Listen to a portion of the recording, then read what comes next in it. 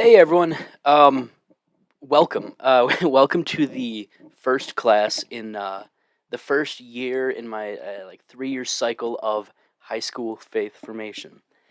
Now, if in fact for some reason you've never had me in class, you don't even really know who I am, I'm excited. If you're starting with this very first video, I'm super stoked. Because it's gonna be very different if you've not had, like I said, if you've not had me for religious education. The approach that I strive to use is one of simply truth. One where we will bring up almost every objection and we will answer it. We will not use a single, we won't just use the same source for an entire lesson. Um, we won't use not simply, but we won't only use the Bible to argue for God, for example, because well, of course the Bible, as we know, it's going to be kind of biased, right? So what I strive to do is to use as many resources available as possible, and I figure what better way to start off this approach than to simply answer first of all, before we talk about God, does there need to be a God? Why does this matter at all? Because a lot of people who don't believe in God, in the Judeo-Christian God, they kind of like to roll their eyes and they tell us to stop worshiping this like invisible man in the sky. Well, personally, I left the faith years ago because I thought I was a little too smart for it.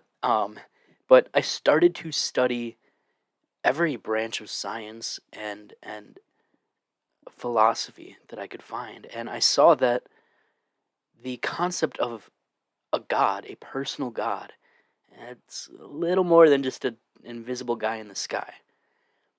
And this year, what we're going to do, we're going to explore the fact that there is a reason that people have followed Jesus for thousands of years. And fun fact, it's not just because everyone else did it. So first, I want to look at the ideas of science and faith. So a lot of people they have this strange idea that science disproves God, or that you have like this dichotomy, like one or the other situation. Um, Weird, because after studying for years cosmology, archaeology, chaos theory, biological evolution, just to name a few, I found nothing but proof for God. And some of the greatest minds in history had a strong faith in God. Now, I will back up and say just because, smart people had a belief in God doesn't always necessarily, that's not going to say, oh, therefore it must be true because other people thought this. That's not logically truthful, but I just want to show you some of the people who had a belief in our God, the Christian God.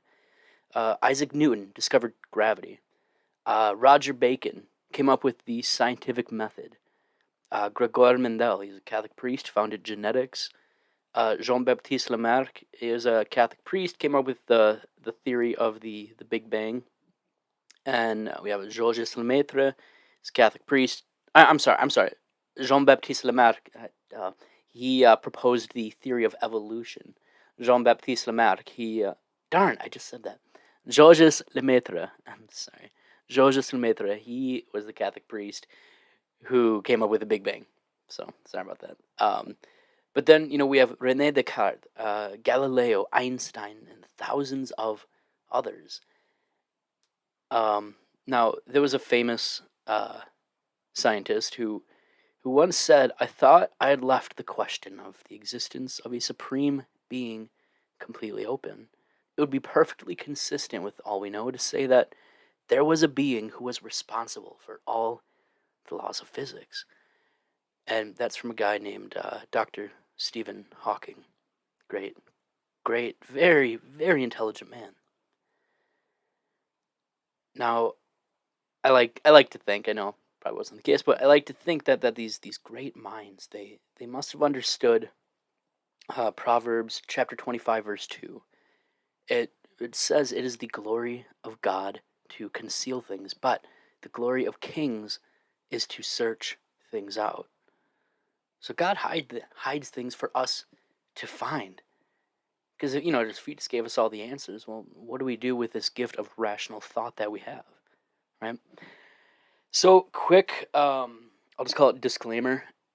If you don't understand anything that we're about to go over, that's perfectly okay. I wouldn't, if you're like high school or, early college age, I wouldn't expect you to fully grasp everything we're going to look at quick. And that's, like I said, perfectly fine, because the goal today is not to educate you, educate you all, but to simply begin to show you the depth of the Christian and Catholic faith.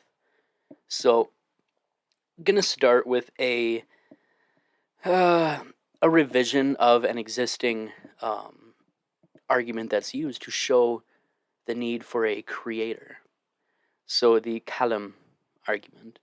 Now, the Arabic word kalam, it means speech or word, but it's used to show that the universe cannot be infinite, and it required a beginning and a beginner, like the er at the end. So it needed a beginning and it needed a beginner. And in his book, Physics, Physicae Acroasis, the great philosopher Aristotle, he said that all events and objects require something to get them started, and that he said what is cannot come to be because it is already, and from what is not, nothing could have come to be. Breaking that down, what he's saying is simply, if something already is, it cannot begin to be because it already has begun. It already is. And if something is not, nothing can come from that. Now, throughout history, some of the greatest minds, they realized that this rule meant that there has to be I say a capital C creator. Aristotle, he called this creator the first cause. The Muslim philosopher Ibn Sina or Avicenna, he called this creator a thing that cannot not exist. And Saint Thomas Aquinas, he was the patron saint of philosophers. He took these ideas and he realized that the cause of the universe had to have no cause for itself. So when we say everything needs a cause, well, if someone asks, well, then what caused God, for example? Well, we're gonna answer that, but God could not have had a cause for existence. So, for example, let's say you have a cake. What caused that cake? Like an oven, or we'll just say an oven, right? You have the oven. What caused the oven? Like the oven factory, right? And you could just keep going all the way back, and eventually you get to the beginning of the universe, following this very logical pattern of cause and effect. Hebrews chapter 3 verse 4, kind of saying the same thing here. It says that every house is made by someone, but the maker of all is God. And yes, I know that the image, I think it looks like a school, but whatever, pretend it's a house. So to argue this, though, to argue that the maker of all is God, we got to show that the universe first can't be infinite. So, did it have a beginning? Well, one of the greatest mathematicians of the 1900s, his name was David Hilbert. He said that an infinite number or object is nowhere to be found in reality, and it does not provide a legitimate basis for rational thought.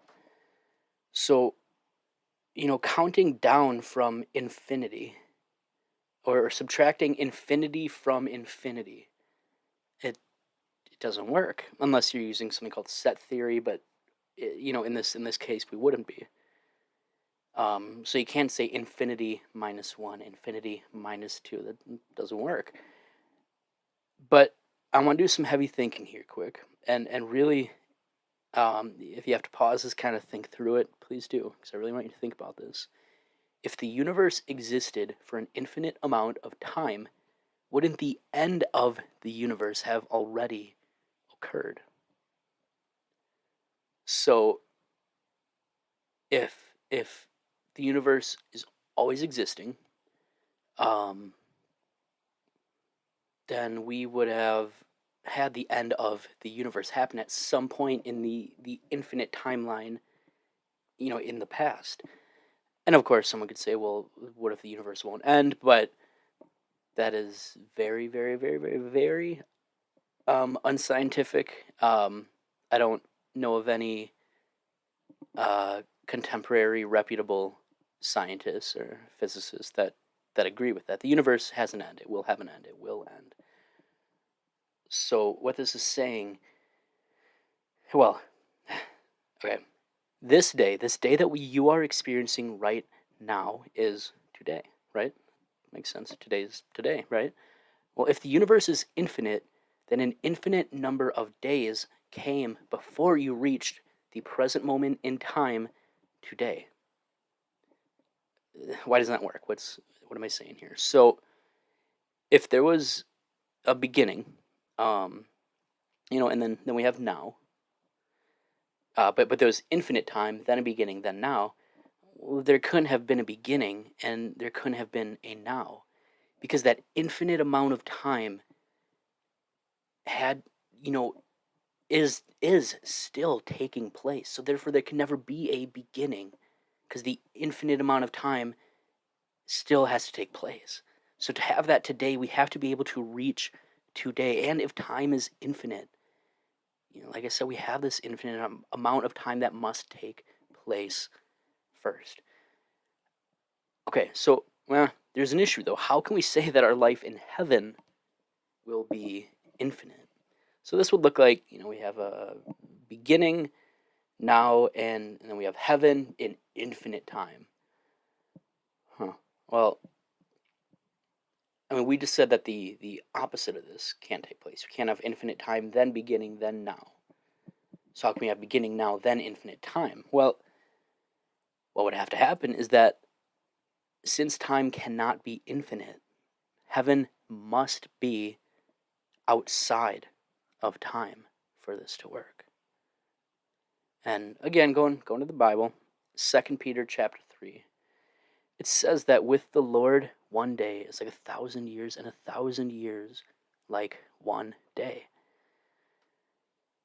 Now, there's been a lot of debate over this, but most uh, logical thought, it points to the existence of something that you and I live in, what we can call the A series of time. So A series of time, I know it sounds like, oh, what's this insane idea? It's simply the fact that we have a past, present, and future, right? Um, you can say, I'm going to do this right now, then in 10 minutes, I'm going to go for a walk, etc., right? Just time as you understand it. But God is in something that is called the B series of time. And to him, all things are known and understood and experienced in one massive collection. So all things that ever have been, ever will be, ever are, all things that could be, but maybe do not happen, are known in, as the Catechism of the Catholic Church says, in their immediacy. They are known at once. And not the year 2 cycle, but year 3, we're going to be looking at the different wills of God, the different knowledge of God, the levels of knowledge that God must possess. But all this to say, so it said God knows all things, he understands all things, experiences all in one collection, but this doesn't mean that he doesn't love you right now, or that he's not personally involved in your life today. So, I'm looking at my little notes. I had a break right here for in person. But anyway, so what's the beginning of the universe? And we're gonna do like Dora the Explorer. I'll like ask you, "What's the beginning of the universe?" And then you reply, and I'll say, "Yeah, that's right, the Big Bang." So the Big Bang. Yeah, there are other theories such as the Big Bounce model, but almost all evidence shows that the universe began with the Big Bang. And when this happened, all space and time began to exist, right? So all the matter in our universe that has ever and will ever exist was created. So, if you look down at your hand right now, your hand, the matter that makes up your hand was created at the moment of, it's not a moment, but with the Big Bang event. So why does this matter? Now, if we follow, for example, imagine, we would take the expansion of the universe and we just go in reverse, right? All the way back. Everything gets closer. All points in space become closer to one another. So it's like watching like a reversed video of a balloon being inflated, right? So all the points in that balloon are becoming closer to one another. And eventually, the distance between any 2 points in the universe becomes zero. So if the distance between all points in the universe is zero, then space no longer exists because there's no space between any 2 points. And if space does not exist, then time doesn't exist. And we know that time did begin to exist. You're going to have philosophy professors in college who will try to tell you otherwise, but just if you do, send them to me. Now, thus, the universe had a beginning. If time began to exist, the universe had a beginning. Venerable Fulton Sheen, he's one of the greatest speakers of all time. I have a lot of devotion to him. He said that creation is the work of God. A sculptor, they work with marble. A painter, they work with a canvas. A machinist, they use existing matter, but none of them can create. They bring things which previously existed into new combinations, but nothing else. Creation belongs to God alone. So now, if we agree that space and time were created with the Big Bang, and that the cause for space and time had to be outside of space and time, what does this fit the description of? If you're Christian, what do we as Christians believe fits the description of God? Now, okay, how do we know that the cause of the universe still exists? How do we know that it wasn't just kind of kick-started and then stopped existing, right? So God or this creator kind of snaps their fingers, everything begins, and then they're like, all right, cool, did what I need to. I'm out, going on to the next universe, next plane of reality. How do we know that didn't happen? Well, if the first cause is able to stop existing, then it has an end. If it's able to stop existing in our universe, then it has an end. And if it has an end, well, then it exists in our understanding of time. And if it exists in our understanding of time and it is able to end, then it must have a beginning. Because if it is in our understanding of time, it cannot be outside of time. Therefore, it cannot be the creator. So we can kind of sum up this entire lesson so far with just one logical form. Simply, whatever begins to exist requires a cause for existing. The universe began to exist, therefore, the universe requires a cause for existing. But big question I kind of mentioned earlier, what caused God? Well, simply, God did not begin to exist. And we see that in John chapter 6, because Jesus, he says, ego Chaimi. Um, and in Exodus chapter 3, Moses, he asks God for what he says, what should I call, or what should I tell the Israelites to call you? What do we call you? And God said, Eya Eshareya. Now, ego Chaimi, what Christ said, he said, before Abraham was, he says, ego Aimi, I am. And Eya Eshareya means I am that I am, or I am that which I am. Not I was or I have been. I am. Simply. All right. Let's do this. This was probably the most difficult thing for people to wrap their head around.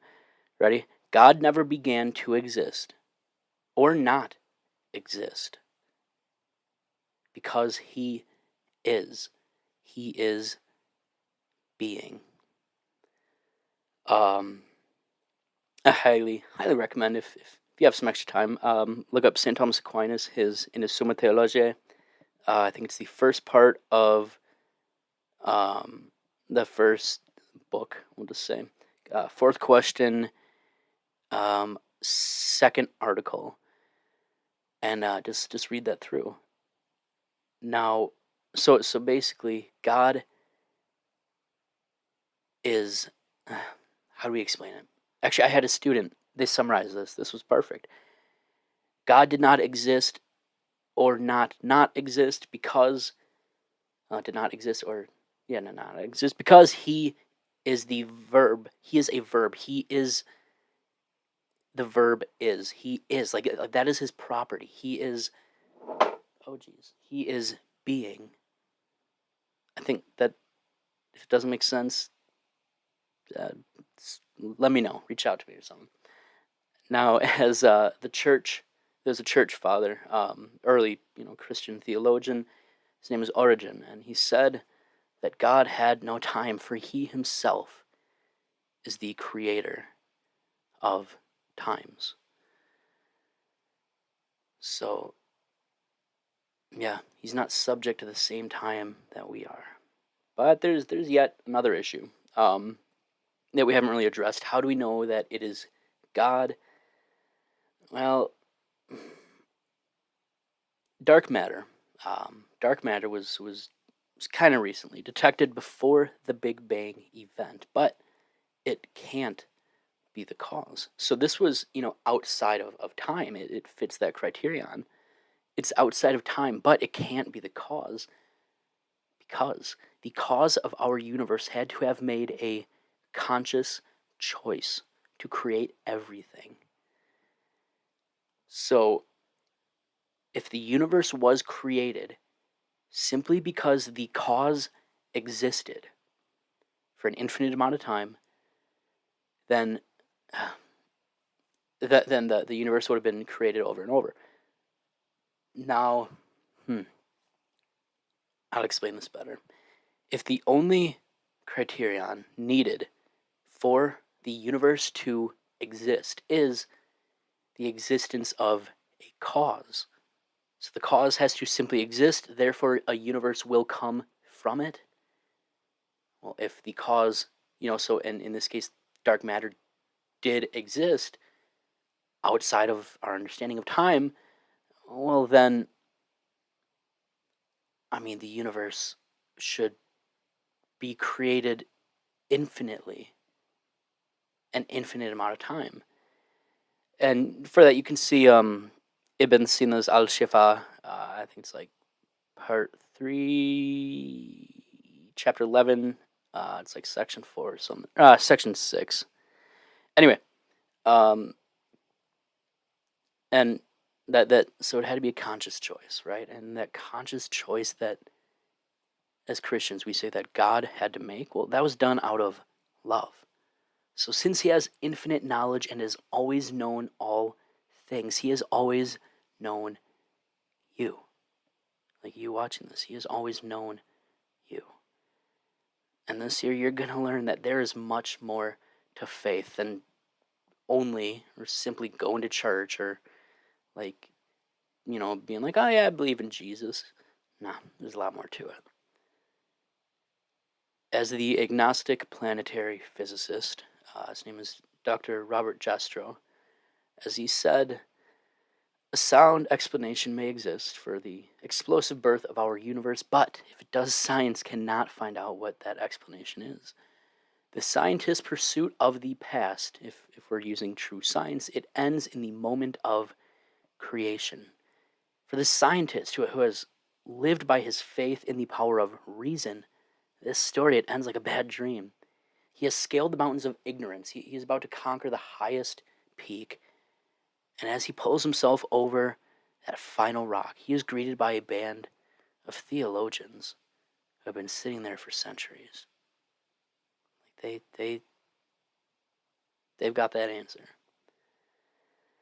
Now, as a side note, for those interested, the multiverse. People bring up the multiverse. It doesn't get rid of the need for a creator. Now, some people will say that, oh, well, if there are an infinite amount of universes, then at least one of them should have a completely perfect being that is known as God. And I mean, it could work, but to an extent. But I would say that quickly, every multiverse has to be inflationary or expanding, and is thus held to the Borde-Blankengut theorem. And any universe with, if it has an average, which is called a Hubble expansion, greater than 0, it must have a set beginning. Since all multiverses are inflationary, are expanding, they meet that Borde-Blankengut theorem, and they meet that condition. Thus, they need a beginning, and if they have a beginning, they must have a creator. So, just throwing that out there. Now, in closing, simply from this, I would say it's very, very, very safe to say that there must be a God, lowercase g, God. But is it our God? Is it the God of Christianity? Well, that is for next class. So thank you to all of you. May God, whichever God you choose to believe in, may God be upon you, God be with you, and I will talk to you next time. Thank you.